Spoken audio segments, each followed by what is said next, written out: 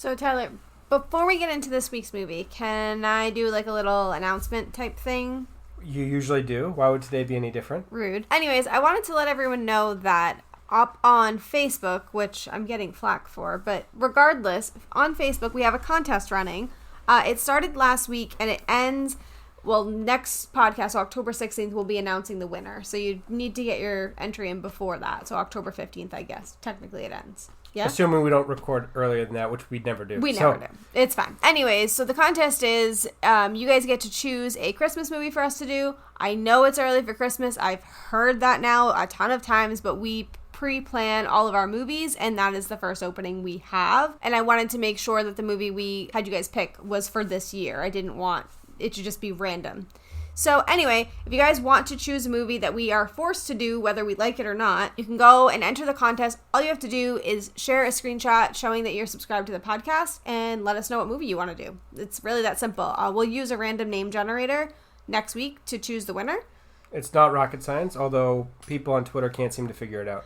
Yeah, we've gotten a lot of flack for it. All we really want to do is know that you guys are subscribed so that you guys are getting our content. We are working on trying to figure out where the best places to put the podcast out is, like where you guys are. Yes. So it's really important for us to know that you're subscribed so we can see where you guys are, so we know where the best places are to get this podcast out to. So anyway, wanted to get that out of the way. But this week was your choice? No, it was your choice. How dare you? Mine. First off, my name's Tyler.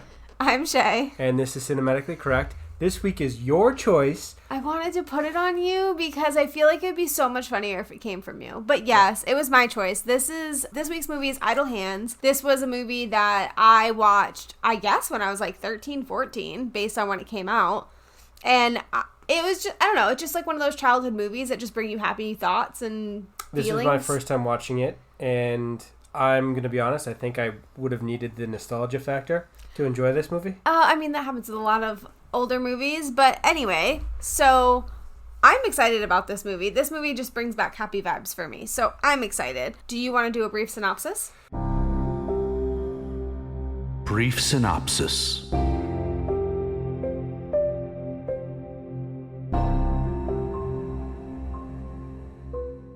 Brief synopsis. Lazy stoner that doesn't do anything with his life, has a hand that is possessed, and murders everyone important in his life. And the movie's about him trying to prevent future murders? Yes. Yeah, basically. Sounds about right.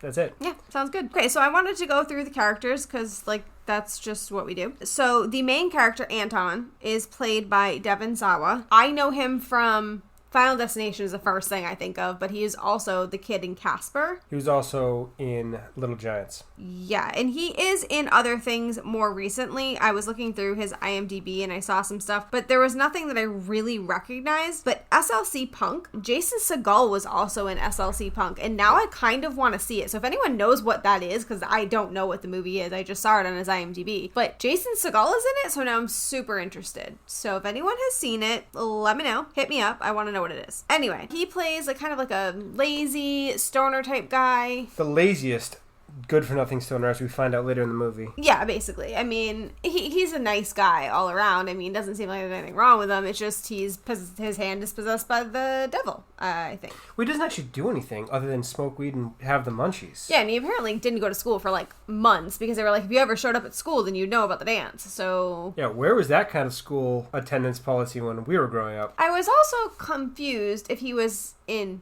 high school or college, because when he was confronted by the cops, he was like, hey, you guys were seniors when I was a freshman, and they were already cops. So, like, I was a little confused as to, like, when he went to school, or, like, what type of school. I thought he was probably a high school senior, and they'd been out of school for a few years, and they just joined the police force. I mean, okay, that's a very real possibility. Just seemed fast. I didn't know becoming a police officer was a 3-year endeavor. Well, you just have to sign up, I guess. Yes. Seth Green played Mick, which was one of his friends. This friend of his got killed by him by a bottle to the head, I believe. Yes. And came back to life because they were too lazy to walk to heaven. So, which is a whole level of stoner lazy that I did not know was possible. Yeah, it just bottled to the head, which is in his head for the rest of the movie, and he doesn't pull it out, because why wouldn't you do that? I mean, it gives him like an edgy vibe. I guess. Yeah, so I mean, I think everyone knows who Seth Green is. I don't think you really need like a rundown on who he is, but he's a creator of Robot Chicken. He plays Chris in Family Guy. He's everywhere.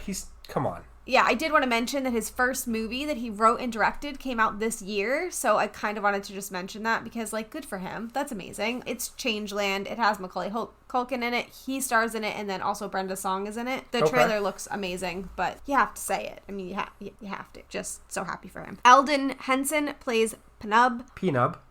I don't know how to say it. You know how to say it. I was going Penub. It's just, okay. He plays a guy who got killed as well. He was decapitated by Anton. Again, lazy stoner guy. There's a lot of that in this movie. There's a lot of lazy stoner. I guess that's the 90s high school trope.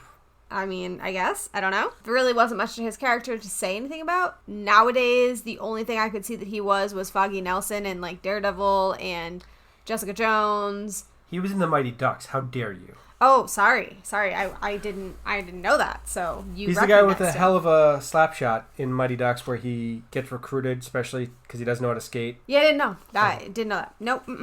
We have to mention Jessica Alba because I think the entire Twitterverse would explode or implode. I don't know which one, but all of them. It would be both simultaneously. Both explode and implode. Yeah. So she plays Molly, the girl that Anton is pining after. It's the girl next door that he is hopelessly in love with. It's the tale as old as time kind of movie trope where it's just that woman, it just happens to live next door to me and she's the perfect person and nothing is wrong with her. Yeah, I mean, she was overly sexualized for a high school student, like, holy gadoli, but, I mean, I know that every man in the world thought she was gorgeous in this movie, so, like, y'all have your fun, I guess. Who doesn't know who Jessica Alba is? So if you don't know, she's been in a lot of things, and she's also the richest person from this movie now. Yeah, so she's currently worth net worth in 2019 is $200 million. Her business is worth $1 billion. Her business is Honest Company, if you don't know. She did do acting stints, of course. I think Daredevil was probably her most well-known. Was it Daredevil? Sin City? She's in that? Yeah, she's in Sin City. I don't know if that's super well-known, but she doesn't do a ton of acting. Like, I wouldn't say that she's super well-known for her acting anymore. No, I think that's fair. Yeah. So,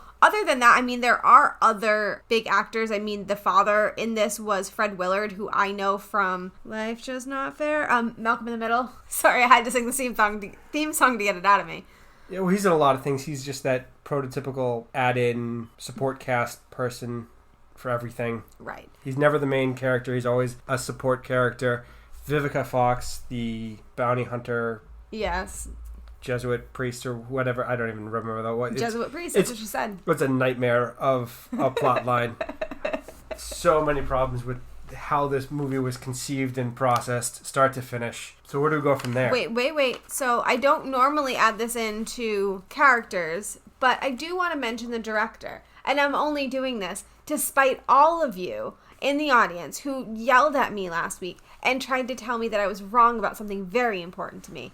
So okay. I'm sure you know where I'm going with this, but I'm not sure. Do you know what I got yelled at for? I actually don't. Well, are you aware of what I got yelled at for on Twitter? Yes. What was it? I can't. So really? He doesn't remember the Twitter war that I had. Well, y'all were mad at me because I discussed Gilmore Girls in the podcast last week. Yes. Y'all were real mad. So I decided I'm going to find a way to discuss Gilmore Girls on every podcast that I possibly can. And I found it. Oh, God. Yep. So the director of this movie is Rodmond Flender. So he directed 2 episodes of The Office, but he also directed an episode of Gilmore Girls, and that is, of course, where he is most well-known. 1 episode of Gilmore Girls. Yeah, I mean, I feel like that is his pinnacle of his career. Well, I can't imagine this is his claim to fame, but, I mean, given this movie... Claim to fame is in the eye of the beholder. I would argue that with this on his resume, Gilmore Girls is a step up. I mean, exactly. Thank you. I know this is a backhanded compliment, but I'm going to take what I can get right now. All right. One last character before we move on. Okay. Is the weird neighbor that has the lifted truck. Randy. Yes. Jack Noseworthy. Great last name. I actually thought that was a character name for a really long time and then realized it's his name. I looked at his IMDb, and there's not a whole lot that I recognized, but there was one movie that I recognized, U-571. I've never heard of that. Sounds like Morse code or something. It's a submarine movie based in World War II. Oh, of course you would know about this. Yeah, it's on the list of top least historically accurate movies of all time. Oh, so we need to see it so we can poke holes in it? Because I'm down for that. It's a terrible movie all the way around. Have you seen it? Yes. Oh, damn. I just want to get that out of my system, and that's where I recognize him from when I was doing the research. Okay. Well, I'm glad that you got that out of your system. Okay. Anyways, so we should at least talk about the plot, even though I will admit... Can we even put together 5 minutes of the plot? So I'm going to admit, I love this movie for nostalgia reasons, but it definitely is lacking in the plot department. But anyways, the beginning of the movie is actually mildly scary. Yes, I wrote down at the beginning, it's a fairly dark intro for a comedy. Yeah, so I missed a few letters when I said it. It looks like I wrote Beijing actually starts as a legit horror movie, but I think that meant beginning. So Probably. That's yeah. probably a fair statement. Yeah. It's a bad sign when you can't even read your own handwriting. But yeah, it was a weird kind of just put together violent, dark... Satan, blood. Yeah. Yeah. Which seemed very out of place given that this is supposed to be a comedy movie. Yeah, I think if you went into this and you didn't know it was a comedy, you might think you're sitting down to a legit horror movie. I had a moment when we started this movie, I was like, is this... Did we put on the right movie? I did too, until I saw Devon Sawa's name for the credits. And I'm like, okay, no, we're good. So, anyway, so the beginning is the parents. Yes, getting brutally murdered in their house. Yeah, they have on the ceiling, it says, I'm under the bed. I'm under your bed. And yeah, they basically get brutally murdered. There is a reference to American Gothic. Yes, for those of you who don't know, it's the picture of the farmers with the pitchfork standing side by side. Yes. Now, what other podcast movie did we have a reference to that? That I don't remember. Come on, Rocky Horror Picture Show. Ah, you're right. I know. I'm usually good at these things. But I thought that was kind of cool. So after they get brutally murdered, they actually get shoved into the pumpkins, and they are the American Gothic sculpture things. I don't know how to word that, but that is what it is. That's what happens. Bravo to them for going all out for Halloween. It's one of the minor holidays, but you got to give his parents props for just going the full 9 yards. Yeah, and apparently that was common for them, because one of the friends mentioned it, that his parents always go all out for Halloween. Yeah. So, I mean... Well done. To them. Then the kid wakes up, doesn't notice that there's blood everywhere, and goes immediately from listening to a Walkman to listening to a Walkman. I didn't understand the transition. It was the same song. Can you explain that to me? Was that like a thing that people did? So I definitely had a Walkman in my day. So I'm aging myself, I guess. I don't know. I'm not really sure. But I didn't have multiple Walkman. So I don't know. I did have those hit clips though. Ah. Yeah. Yeah. So yes. I mean, you could switch hit clips. That's a thing. But it was the same song. So why would you switch? No, you wouldn't. You would switch hit clips to have I would go from the Spice Girls one to the, I don't know, boy band one. You're definitely aging yourself and alienating our fan base. I think our fan base is actually older than us, but that's fine. Then there was that horrible scene where the cat was licking the blood off the floor. I was just really... Yeah, I literally wrote cat licking blood is nasty. So well, those who don't know, cats are carnivores and they will eat your face if you die. You mentioned that during the movie. Yeah, they're horrible. They have no compassion or love for their owners at all. I'm also deathly allergic, so I hate them. Same. So just not a cat person. Nothing personal. Just not for me. I did find it strange that the cat was white and not black. Yeah. It was named Bones though, so I mean, I don't know. I expected a black cat. I guess that was just me being dumb. But anyways, he decides to go to his friend's house. For weed. And they tell him they don't have any. And they're holding out on him. And whatever. But then he learns that there is a murderer on the loose. Yep. And he, I guess, decides to look to see if his parents are alive. I don't remember exactly how this went down. So he goes back home after grocery shopping and getting assaulted by the police officers for the empty bag of weed. And basically just goes about trying to smoke oregano and nutmeg. Which you should never do. Yeah, so I looked that up because I wanted to know. Apparently, you can actually smoke nutmeg, and it doesn't do good things for you. They equate it to, salvia. Yeah, it's not good. Yeah, so I didn't know you could actually do that. I assumed it was just, funny. Haha, you can't actually get high on that. But no, you can. It's a horrible thing. Don't ever do it. Yeah. To anyone listening, don't smoke nutmeg. I mean, I would argue don't smoke anything in general, but live your best life. I'm not, about telling people what to do, but... I was a little confused. Also, can I ask you about the word iced? Yes. I'm assuming, based on context clues, it means killed. Yes. But, what? Where did that come from? Why do they say it? Is it a gang thing? Because when I Googled it, it seemed to be gang-related. But these people are not gang members, so I was very confused. It's probably gang-related, and they just picked it up as part of the slang of the day. Yes, because stoners and gang members really seem to be They closely run in connected. the same circles. They have all of the same friends. They know all of the same people. This is sarcasm at its highest? Yes. Okay, 100%. so I just want to make sure. Okay. I mean, one of the most deadly hitmen for the mob, his nickname was the Iceman. Okay, so maybe that's... Put him on ice. Yeah. Oh, is that what it means? Yeah. Okay, I didn't know. Anyways, moving on. Yeah, this movie just is a conceptual nightmare from start to finish. There's not a whole lot of other things that we can talk about. He goes about his day killing people. No, slow your roll. When he realizes that there's murder in his home, he's like scared and like looking around. He's all freaked out. And he decides to push his dog in front of him to look, right? So Yeah. I have two problems with the scene. One, I would never sacrifice my dog. Your dog is not the dog you want in that circumstance. No, one, she's not large enough. Second of all, Yeah, she's tiny. she would run. So she's hopeless. Yeah, your dog is not helpful in that circumstance at all. You want a big dog. He had a big dog. Not a bad call. Okay, but do we want to talk about the elephant in the room? What? The obvious erection the dog had? There are no words for that. And just... You weren't going to talk about that? You were going to leave that? I was going to leave it out. Yeah, I was honestly just going to gloss over that. You can't walk away from an obvious dog erection. That would be like watching Little Mermaid and not mentioning that clip that you just said is going to be sound bit and played back to you on Twitter so very saying, much, and I'm going to love every second of it. It's like watching The Little Mermaid and not mentioning the priest boner. Like, you can't do it. You can't. So, I had to do it. I'm sorry. Not sorry. I mean, I wouldn't want to go near a dog that was that size with an erection. So, good call? Yeah. I mean, good call. So, I guess. Sure. Fine. Although he didn't call 911. So, not very smart. He didn't call 911 about the erection or about the murder? The murder in the house. No. About the murders. The murders.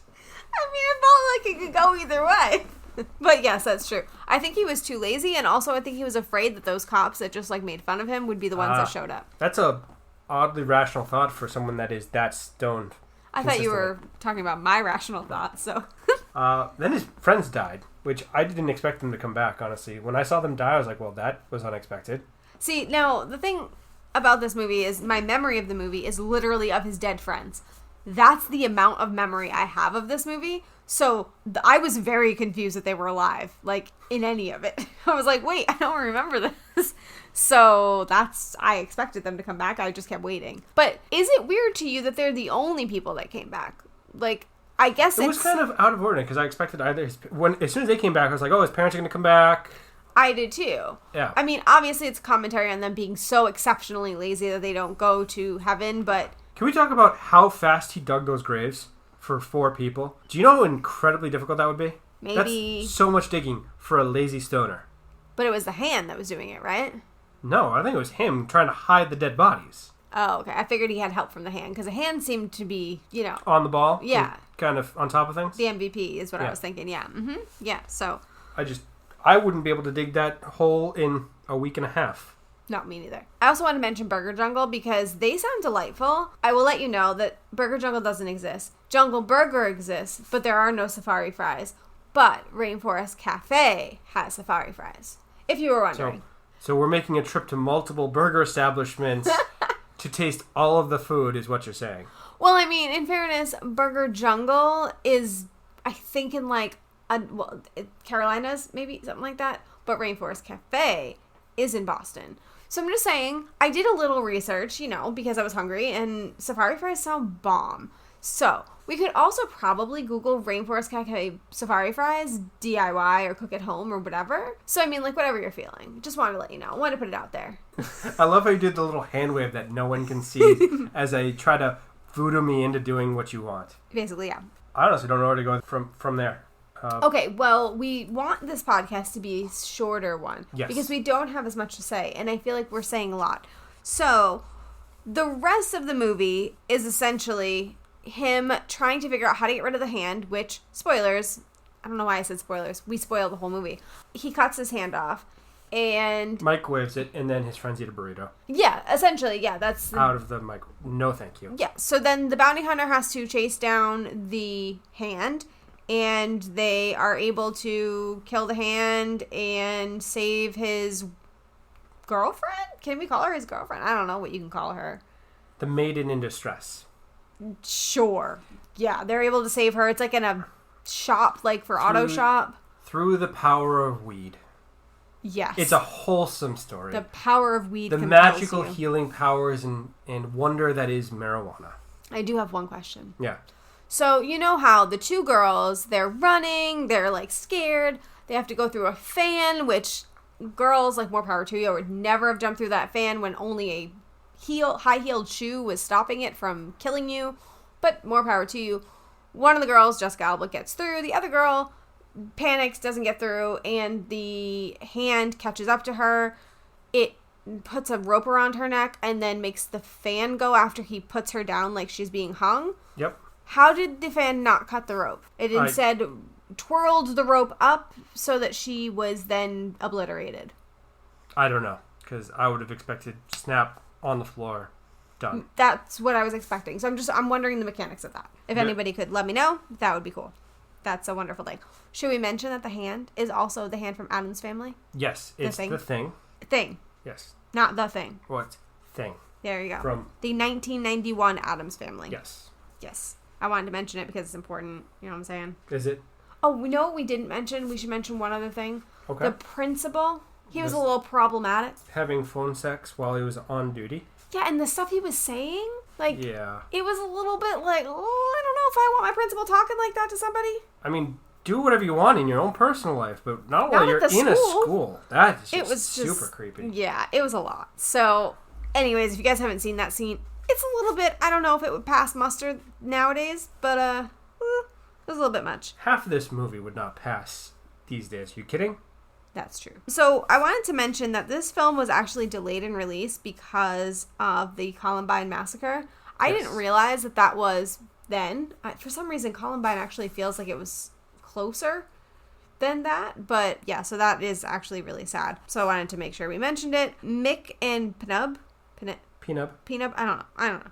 They're based on an SNL skit where Eddie Murphy played an illiterate character named Buckwheat, who sang popular songs and only understood half the words. Yes. I watched a video.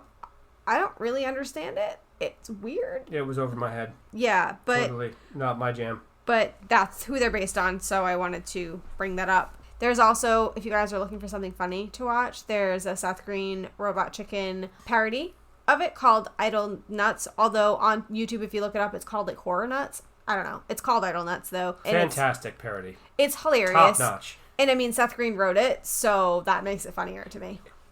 I would say better than the actual movie. Just a 5-minute clip is all you need. Yeah, so if you guys are looking for something funny after this, definitely check it out on YouTube. But those are all like the little things I wanted to get in there. Did you know that this was filmed in the same location as one of our previous podcasts? One of our previous podcasts. Yes. Which one? Halloween. Oh. The original. Interesting. Yes, same neighborhoods.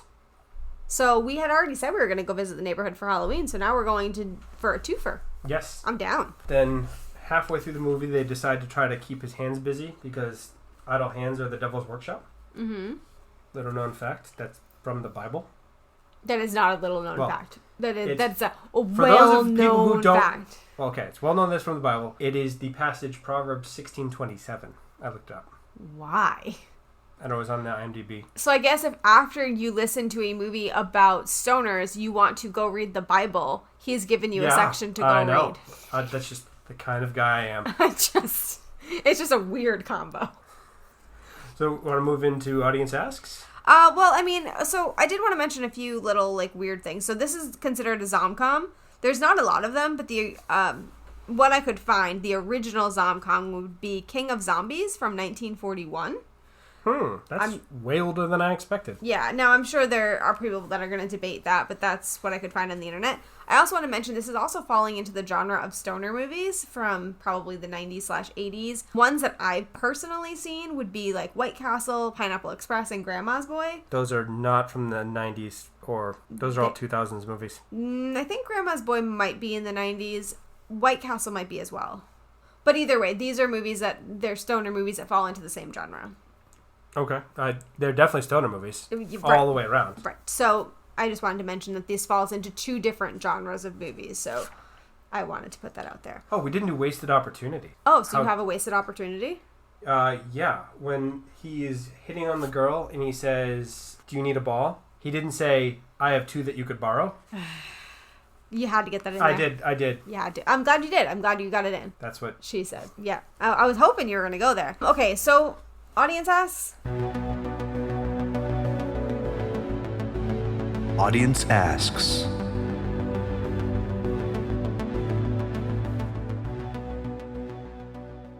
Okay, so y'all had a lot to say about 2 of the characters, Jessica Alba and Devon Sawa. So one of the questions that was asked over and over again, the person I see right now is one of our most favorite listeners, Matt Lewinsky. Is Devon Sawa the most overrated child actor ever? I'm mentioning this because it's mentioned multiple times by a lot of you guys. So I wanted to ask you, do you think he's the most overrated child actor? No, Olsen twins. It's not even close. Oh my goodness. Not even close. You're only saying it because you know that I was obsessed with the Olsen twins growing No, up. I'm also saying it because it's the right answer. But the Olsen twins are worth so much money now. Okay, that doesn't mean that they weren't overrated as actors. How are they overrated? Full House was bomb. What about their performance merits other than them being twins? Because from and there, adorable? they became, like, they made their own movies. There was no good There was their own franchise. It was this whole thing. They made, like... Yes, they made a success out of their lives, but they were terrible actors. No, they were not. I will fight you. Well, you're wrong. I'll fight you. Okay, well, that's my answer. The Olsen twins, not even close. They're overrated, not good actors. Well, I also don't think Devon Sawa was... I don't know if I'm saying his last name right, so I'm sorry if I'm saying it wrong. But I don't think he was that overrated. I mean, he's still a good actor, and Final Destination, I mean, went on to, like, I don't even know how many 23 sequels. Yeah, so I mean, whatever it is. I think he did okay for himself. Yeah. You know what I'm saying? He did all right. You also, all of y'all seem to want to know about Jessica Alba. It looks like Super Movie Bros kind of like gave you guys your answer that you were looking for with Jessica Alba. Yes, she is in this movie. That we got asked that 7 times. Yeah, we got asked that 7 times, and then Stork came out and asked who had the best career after this movie, and the answer was Jessica Alba from Super Movie Bros, stating that she was officially a billionaire. Now, I did some research into her being a billionaire. She's not, in fact, a billionaire. I think I mentioned earlier she's worth $200 million. She is very close to being a billionaire because her company is worth $1 billion. So I think that's where the confusion comes in. I mean, if we're talking just acting careers, I would argue that Seth Green may have the edge on her. In terms of, he's in every freaking thing. Yeah, so I do think Seth Green is a more successful movie business person because he's not just an actor, he's a director as well, and he also wrote and created Director, Robot he's in Chicken. TV, he's in all kinds of things. There's basically not a single thing that he has not looked at or been a part of. He's a very busy and active man. Right. But who's the richest would probably be Jessica Alba. Fair, but... Right. But I didn't want to just do those just because I feel like, even though you guys asked a million times, I thought this question was funny. So, VHUS podcast asked, what over-the-counter moisturizer would you recommend for a possessed hand?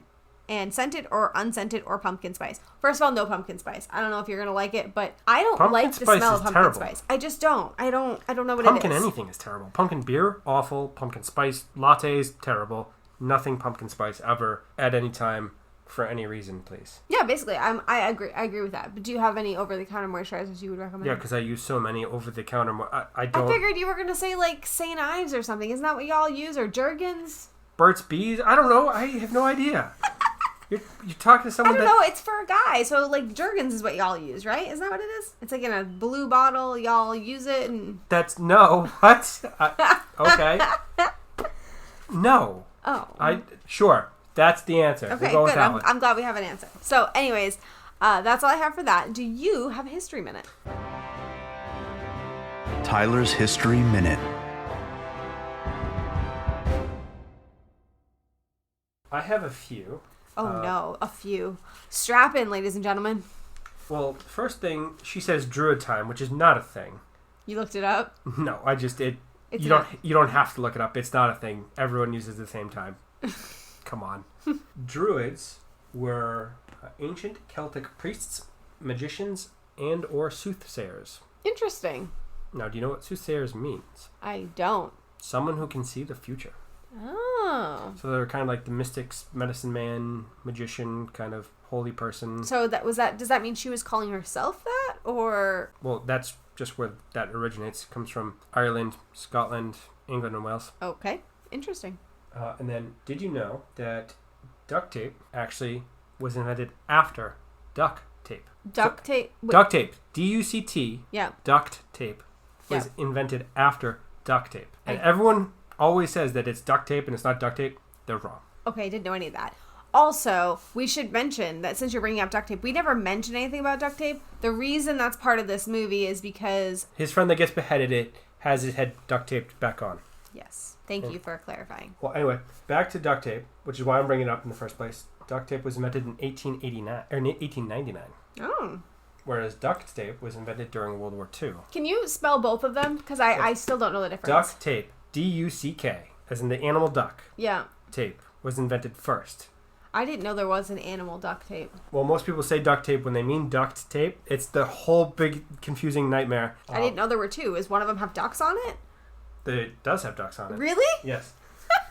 And then duct tape comes from cotton duck, which is woven canvas. Wait, like actual duck? No. Oh. Like cotton fibers.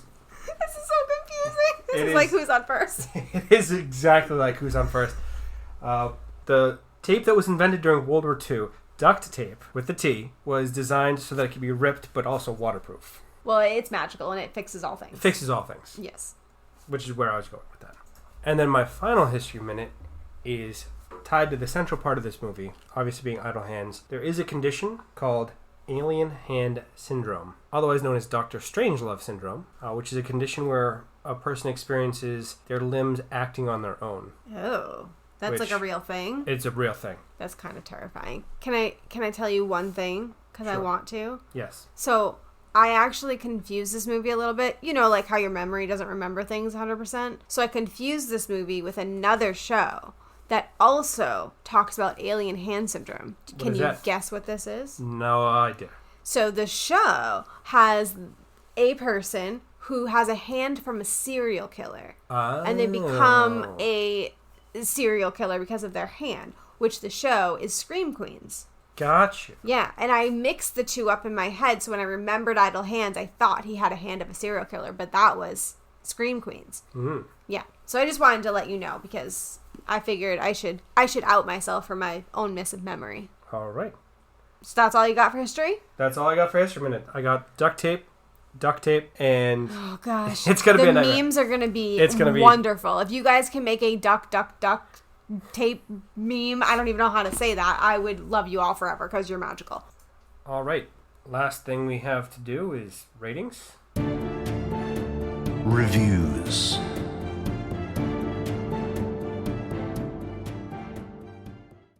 Oh boy, this is gonna be brutal.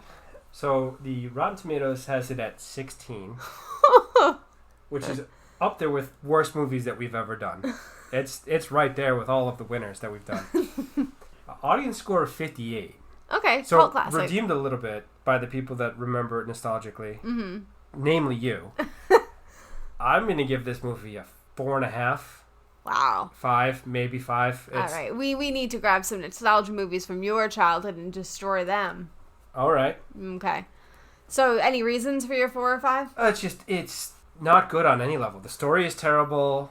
The characters are poorly acted. I mean, good soundtrack because they had The Offspring in it. Well, Offspring. And Blink-182 made a cameo. Ricky Martin made a cameo. Right. So all the 90s classics. So that I will give it points for. But overall, terrible movie. Okay. I was going to give it a 7. Okay. It's obviously not the best movie ever. I didn't go into it thinking it was. But nostalgia does definitely play a role in this. And also, I don't know why. Because I am the most straight edge person you will literally ever meet, but I have some weird affinity for not only movies about, stoners and all of that stuff, but also music. I don't know what it is, but I have this affinity. So for those of you who don't know, she doesn't drink, she doesn't smoke, she doesn't do anything ever no. under any circumstances. No, I don't at all. So it's weird that I'm kind of obsessed with that kind of thing, but I am. So I guess that's why I gave it a 7. Okay. Now, next week's movie is my choice. It is. And now that you've said it, I remember what it is. It's Cabin in the Woods. It is. The reason we picked it is because we are watching The West Wing. And it's got Bradley Whitford in it. Josh Lyman. My favorite character. He's also in Get Out and other things that you have seen. Okay, but in fairness, I saw Get Out prior to ever seeing West Wing. So I am watching things backwards, fair, but I would not have known who he was. So now I am really excited to see him in Cabin in the Woods now that I am aware of who he is. It's also got Chris Hemsworth, I believe, before he was in Thor. Oh, this is gonna be fun. So, yeah. So I'm excited. Okay, so thank you to Jake Adathis Music for our intro and outro music. Don't forget to enter our contest if you want to. You can find us on Facebook, Cinematically Correct. There is a post there. It is pinned to the top of the page. You just need to send us a screenshot that you're subscribed and tell us what movie you want us to do. Or even You'll be entered. Twitter. I mean, how hard is it to send a screenshot in Twitter? You can just DM me that. If you don't have Facebook for whatever reason, I am at Cinematically C on Twitter, and I will add it to the Facebook I mean, contest. you could try adding me or sending it to me at Blame Tyler CC, but it likely won't get processed in time. Yeah, the odds of it actually getting to me are low. So, anyways, you can also tweet at us at Cinematically C. Tyler is at Blame Tyler CC. You can email me at cinematicallycorrect@gmail.com. I would say email us like it's like our email address, but he's never going to check it, so it's me. So all of the social media is you. Yeah, basically. 100%. And I've revitalized our Instagram. We're on it as much as we can. I can't always find content, but we're on it a few times a week anyway. So that's at Cinematically Correct on Instagram. So that's it. We will be back next week with another horror film to keep up with our Horror October, Cabin in the Woods.